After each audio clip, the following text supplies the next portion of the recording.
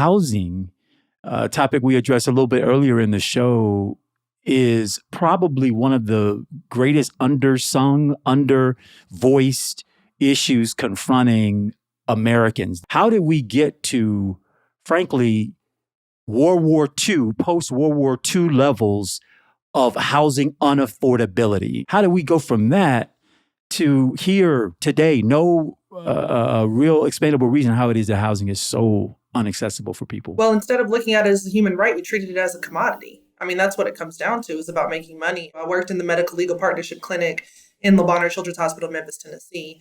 And how that worked is the doctors, the nurses, everybody would be treating these children coming in with issues after issue after issue. But we would find that they're not going to get healthier, but there's a legal need, an underlying legal need that the doctors cannot handle. And so that's when we would come in and provide pro bono legal services. And oftentimes that was me taking slumlords to court so they could get out of these leases and get into some safe, actual good housing, or to force the slumlords to clean up the place because it was just keeping these kids sick.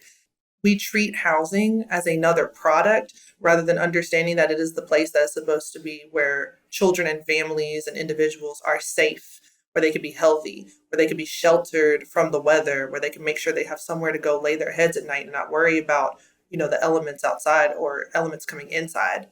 And that shift in thinking about property, I mean, we see it all the time. There's Netflix shows about real estate moguls, bragging about how many millions of dollars they can get and all their commissions for selling houses. That's how we've looked at this. We're looking at it as if this is a want and not a need for every single individual.